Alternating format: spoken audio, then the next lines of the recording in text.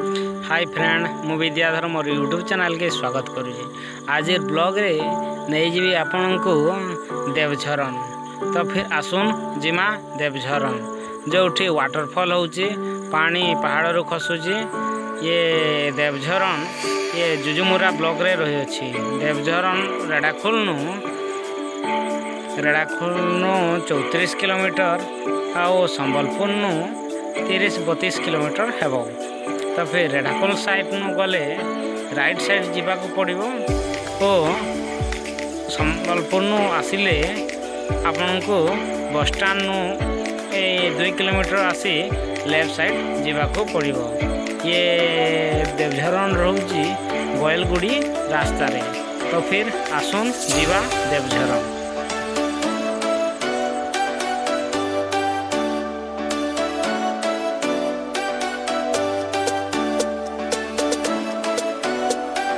Finally देवझरण dam रे पहुँची जाइजु। देखुଛନ୍ତି तो केमती दिशुची चारिपटे पहाड़ ए बंधा डैम जीवा से झरणा आड़ को।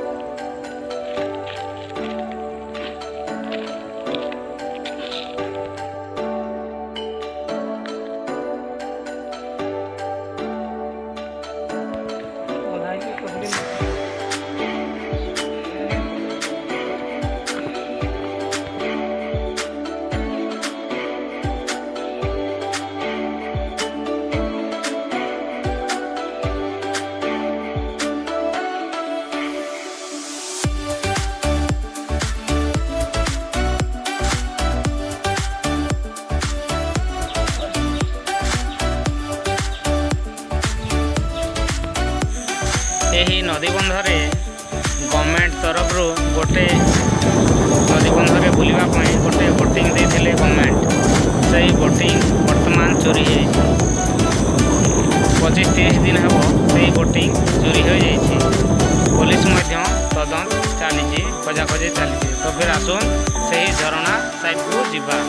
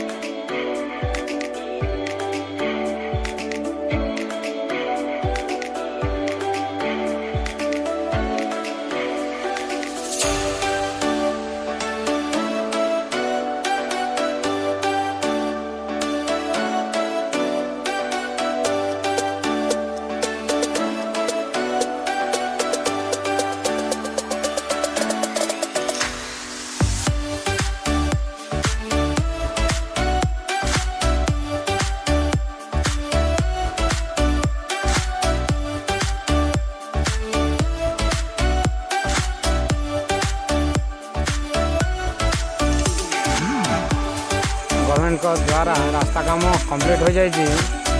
ये जेंट्स टॉयलेट लेडीज टॉयलेट भी से हो जाए। ये गोटे नलकूप होगा दरकार। नलकूपटे हेले समस्त को पीवाई पानी असुविधा होता नहीं। तो फिर आसुन यही बाटरे चली चली जावा जलप्रपात पाखक। तो फिर आसुन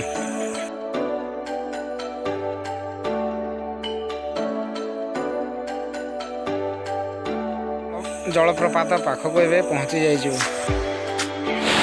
देवझरण खरा वर्षा शीत जेकोसी दिन में आसिले आपण मैंने पहाड़ उपर एमती पानी खसुची।